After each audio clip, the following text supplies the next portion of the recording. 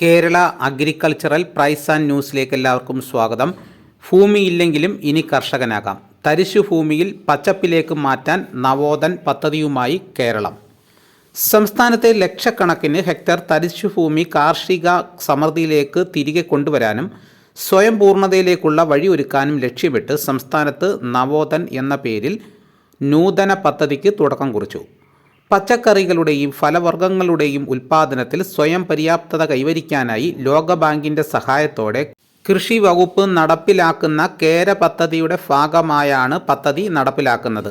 ഭൂമിയുടെ ഉടമസ്ഥാവകാശം കൈമാറ്റം ചെയ്യാതെ തന്നെ ഉടമയ്ക്കും സാങ്കേതിക വൈദഗ്ധ്യമുള്ള കർഷകർക്കും ഒത്തുചേർന്ന് കൃഷി ചെയ്യാൻ അവസരമൊരുക്കുന്ന ഒരു സഹകരണ കാർഷിക മാതൃകയാണ് ഇതിലൂടെ വിഭാവനം ചെയ്യുന്നത്. കൃഷി ചെയ്യാൻ താൽപ്പര്യവും നിക്ഷേപിക്കാൻ സാമ്പത്തിക ശേഷിയുമുണ്ടെങ്കിലും സ്വന്തമായി ഭൂമിയില്ലാത്ത പ്രവാസി മലയാളികൾക്കും സ്റ്റാർട്ടപ്പുകൾക്കും കർഷക ഗ്രൂപ്പുകൾക്കും ഈ പദ്ധതി ഒരു വലിയ വാതിലാണ് തുറന്നു നൽകുന്നത്.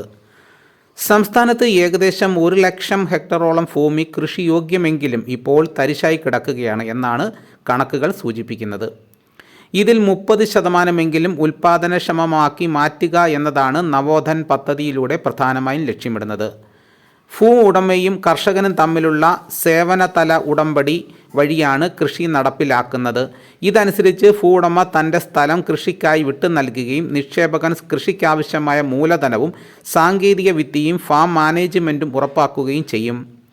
വിളവെടുപ്പിൽ നിന്നുള്ള വരുമാനത്തിൻ്റെ ഒരു നിശ്ചിത വിഹിതം ഭൂ ഉടമയ്ക്ക് ലഭിക്കുവാൻ ബാക്കി ലാഭം കൃഷി ചെയ്യുന്ന കർഷകനോ നിക്ഷേപകനോ സ്വന്തമാക്കാം.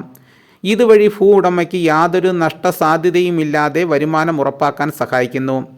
പദ്ധതിയുടെ സുഗമമായ നടത്തിപ്പിനും നിയമപരമായ സുരക്ഷിതത്വത്തിനുമായി കേരള അഗ്രി ബിസിനസ് കമ്പനി ഉടമ്പടിയിൽ 3ാം കക്ഷിയായി ഒപ്പിടും.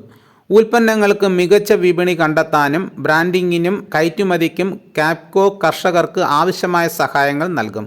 കൂടാതെ കേന്ദ്ര സംസ്ഥാന സർക്കാരുകളുടെ വിവിധ പദ്ധതികളെ ഏകോപിപ്പിക്കുകയും കൃഷിക്കാവശ്യമായ ഹാൻഡ് ഹോൾഡിംഗ് സേവനങ്ങൾ ലഭ്യമാക്കുകയും ചെയ്യേണ്ടത് കാപ്കോയുടെ ഉത്തരവാദിത്തമാണ്. നിലവിൽ 4700 ഏക്കർ ഭൂമി ഈ പദ്ധതിക്കായി രജിസ്റ്റർ ചെയ്തിട്ടുണ്ട്. കൂടാതെ 220ഓളം കർഷകരും അപേക്ഷ നൽകിയിട്ടുണ്ട്.